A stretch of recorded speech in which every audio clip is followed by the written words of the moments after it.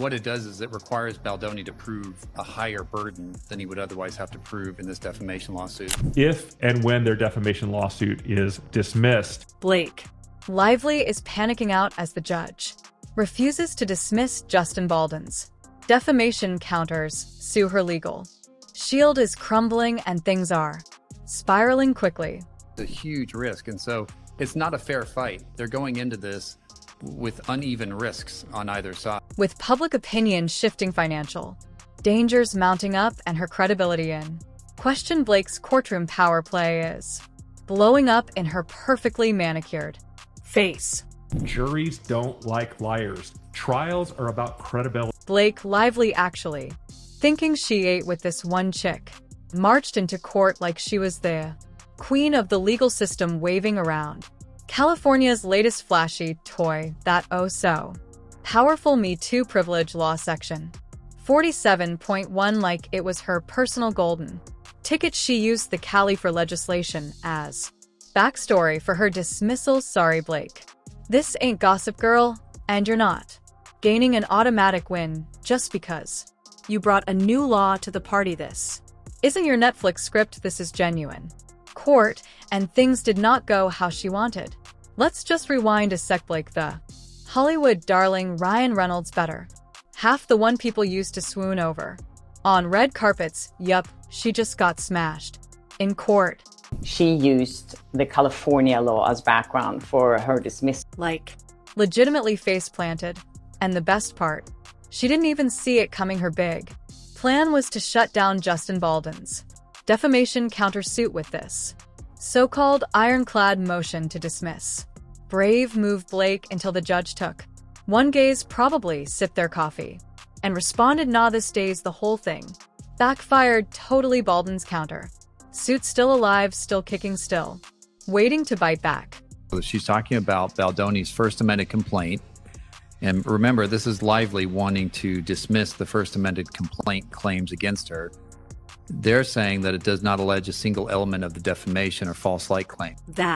This isn't just another Hollywood court mess. This is the kind of turmoil where a top-ranking star attempts to flex in federal court and gets humbled, and it's not simply embarrassing, it's a pricey, like millions of dollars pricey. And don't forget, this is the same Blake who's hanging to that America's sweetheart image when playing legal. Sorry, apologize, Blake. Picture shattering court strategy, failing reputation, wobbling. Is it valid though if the judge says yes, you can use California law in this instance? Could they dismiss his case because of that? Now, let's discuss about that foolish gamble she made with the new Me Too law, part 47.1 of the California Code of Civil Procedure. Her legal team, shout out to Ezra Hudson over at Manette Phelps and Phillips, genuinely thought they had the miraculous wand. They banked everything on this law, which supposedly safeguards sexual harassment disclosures from vengeance. Sounds noble, right? Until here's the deal, it only works if the disclosures were made in good faith and without malice. Blake's team must have missed that memo or disregarded it, not sure which is worse. We're going to see that this law is somewhat devastating to some of the claims that are being made here. And let's just chat about the timing for a second. This law 47.1 entered into effect on January 1st, 2024.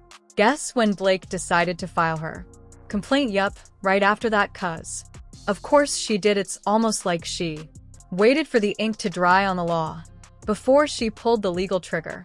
Completely not suspicious at all, correct? Right.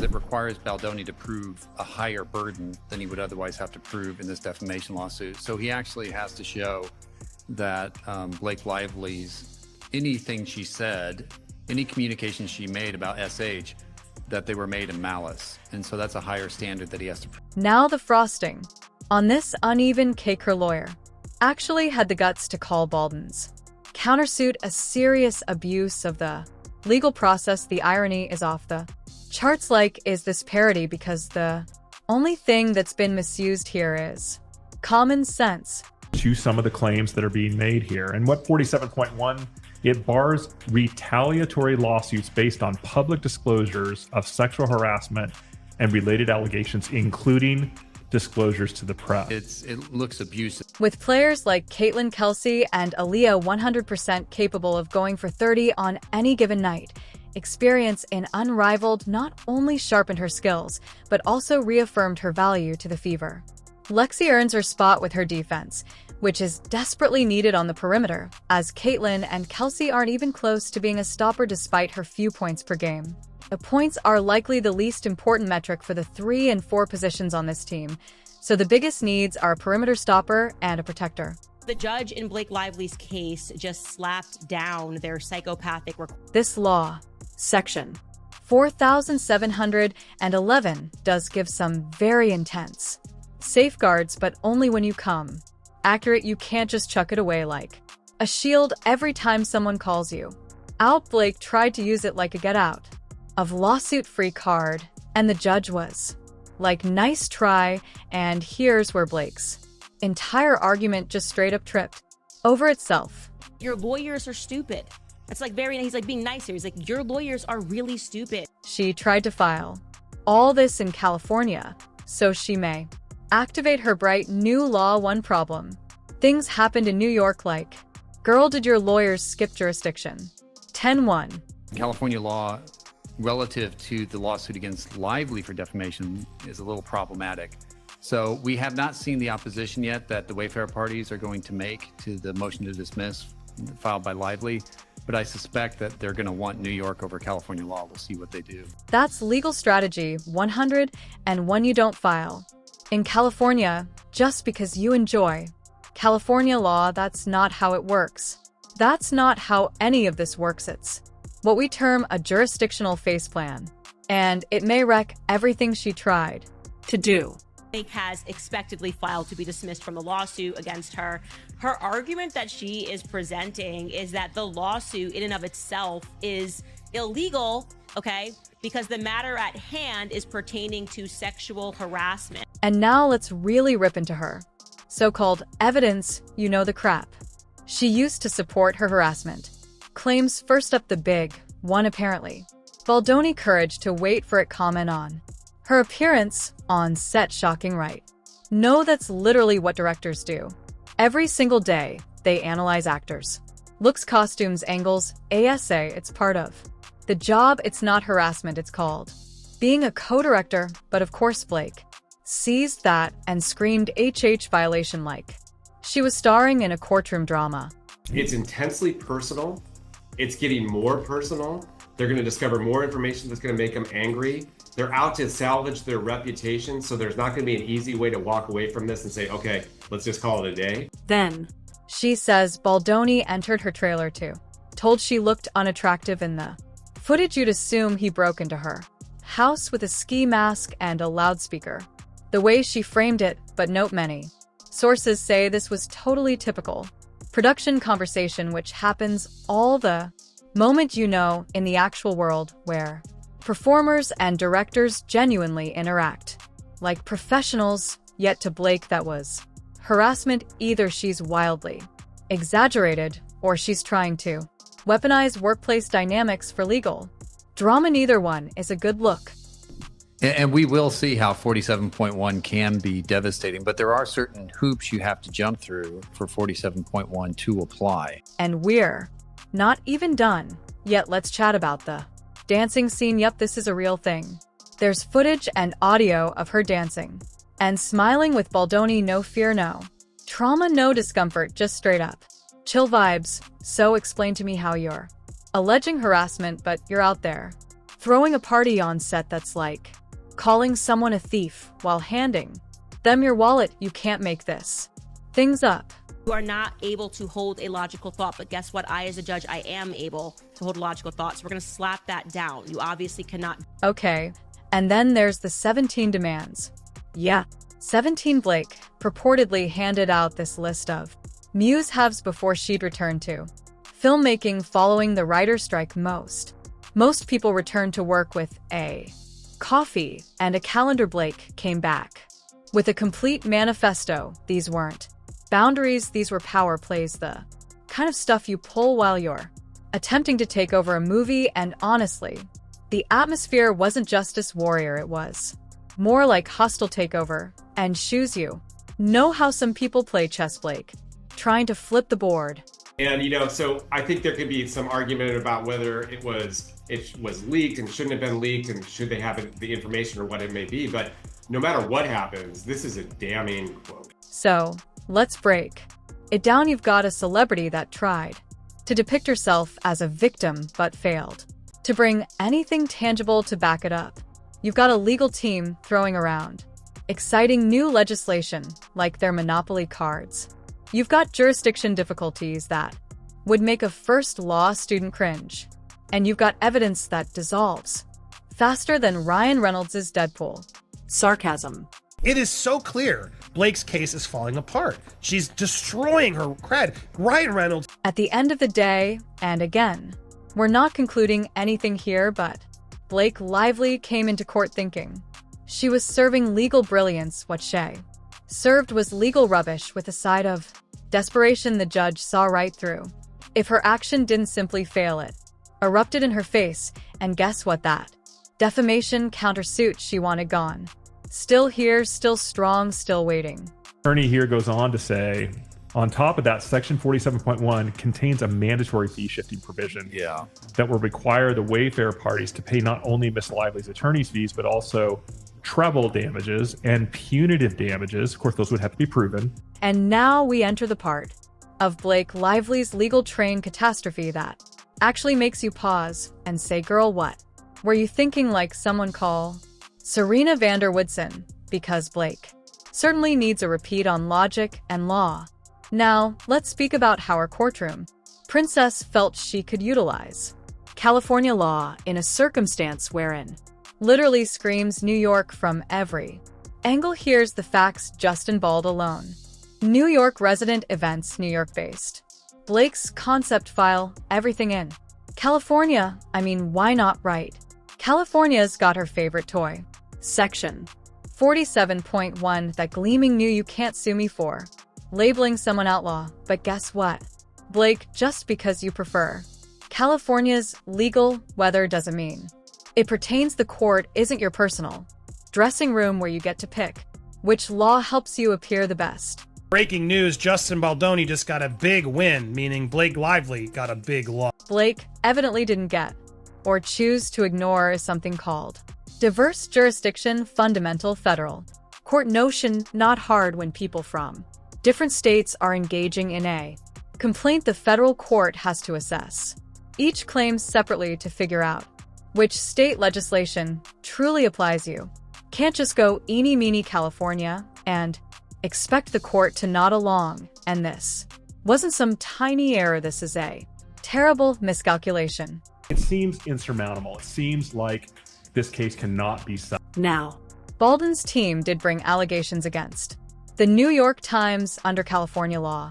Fair enough, yet they never agreed that Blake's gibberish would also fall under the same umbrella. There's a difference between suing a national public and suing a coworker who started a smear campaign because she didn't get her way on a film set. Baldwin's legal team can now claim that New York law should apply to Blake's defamation case. And here's the kicker: New York doesn't have Section 47.1. In other words, Blake's legal superpower vanishes. It just blows my mind how dumb Blake Lively's team is, and how just, I guess, egocentric, maniacal that she thinks that she can tell the world, you didn't see what you actually saw with your eyes.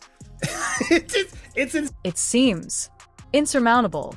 It seems like this instance cannot be settled. Therefore, let's get this straight. Blake Lively constructed her entire request to dismiss around a California law that might not even apply.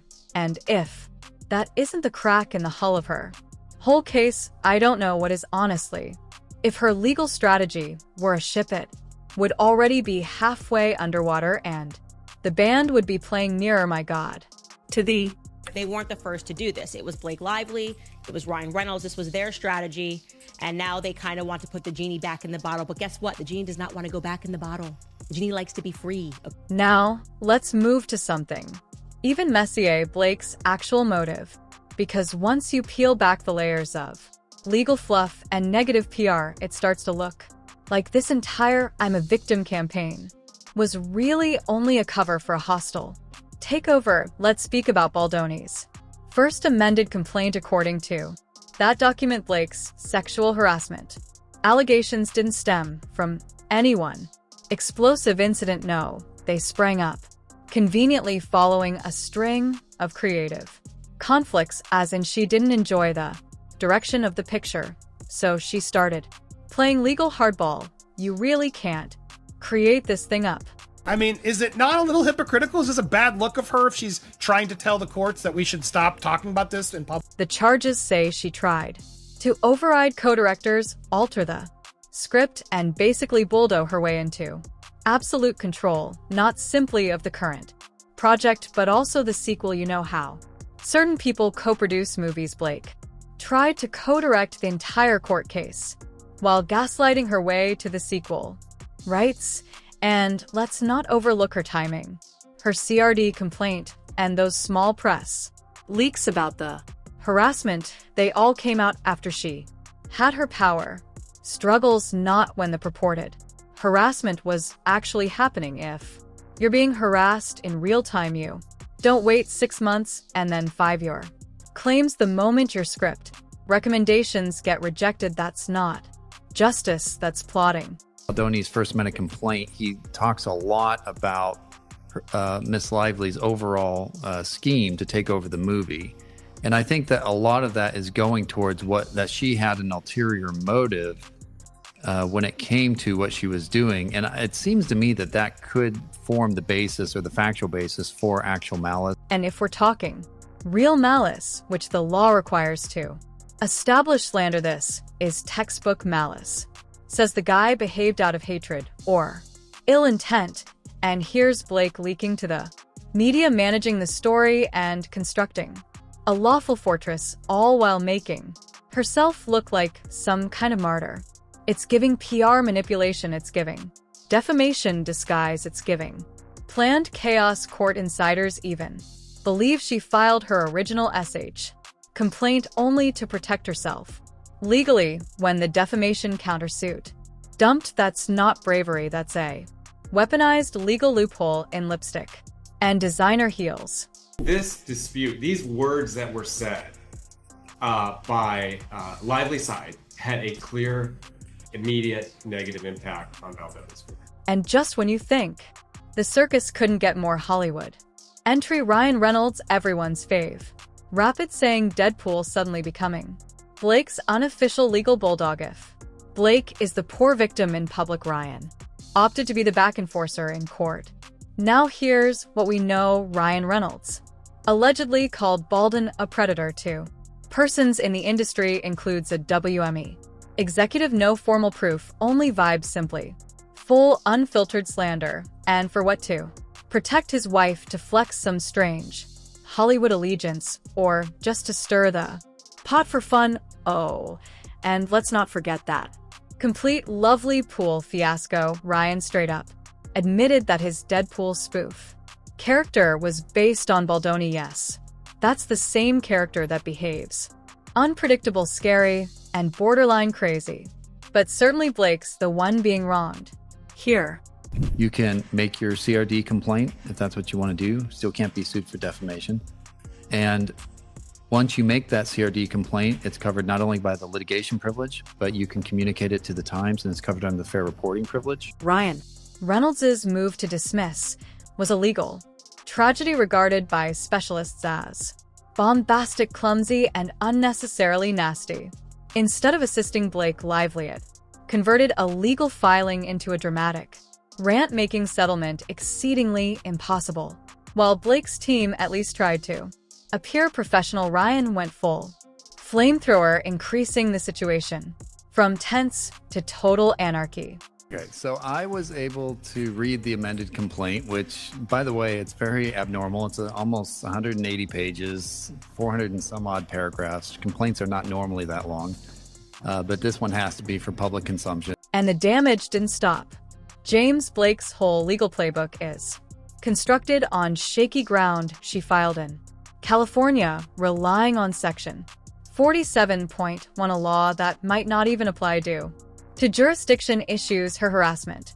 Allegations appear more like office drama than actual misbehavior and, conveniently, appeared only after she lost control.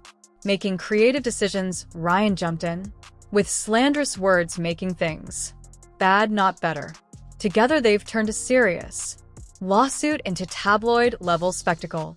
Here's the real problem for him, and our concern for Baldoni is if he goes forward and he loses his countersuit based on defamation, there's a huge risk to him because he then has to pay Lively's attorney's fees, treble damages, punitive damages. It's a huge... Now the financial risk is all on Baldoni. If he loses Section 47.1, might cause him to pay Blake's total legal bill, triple damages, and even punitive damages. Blake, on the other hand, risks nothing. A horribly rigged game. She thought she was dominating a courtroom chess match, but she walked into a high-stakes poker game with no cards while Baldoni holds the ace. If you have somebody who has a significant amount of power in the industry and has the ability to tell stars not to go on your podcast in the future, and has general ability to make life uncomfortable for you and ask for a favor, you're more inclined to do it, right? And you know what happens if Blake loses nothing. Zero. She walks away with her pricey shoes untarnished, her bill outstanding, and her reputation pretending to be intact. This legislation is organized like a totally rigged poker game where only one person, Baldoni, has genuine chips on the table. Blake, she's bluffing with monopoly money and still acting like the queen of strategy. She gets a little strike at Steve Sarowitz here when she says that Steve Starowitz may indeed make good on his threat to spend $100 million litigating against Miss Lively, but perhaps not in the way he planned. Well, that's kind of fun. Meanwhile, let's not forget the Baldoni and his team over at Wayfair are already drowning in legal filings. They've been slapped with not one, not two, but 4 separate 12b6 motions, and just dealing with those is costing them more than $1 million. And yeah, they've got Steve Sarowitz, the rich executive, backing them, but even billionaires start to sweat when they're burning cash by the stack. Blake's team assumed it would be genuine. Sweet to poke at him too. Her attorney blatantly insulted his money in the move to dismiss, saying his $100 million war chest may not proceed as planned. Oh, how brilliant. Nothing like flexing your privilege while snidel teasing someone for fighting back. She wants different rules for her than she wants for Baldoni and his team, which I don't think the judge will agree. Blake Lively's victim act is falling flat, and the public isn't buying that she's not some powerless figure. She's a Hollywood elite, turning legal protections into weapons. Section 47.1 wasn't made for celebrities throwing tantrums about creative control. Her CRD filing media leaks and legal loopholes scream manipulation, not justice. Law experts are calling it a legal judo move gone wrong, and judges can see through the ACT. Blake's complaint feels more like a PR stunt than a cry seeking aid.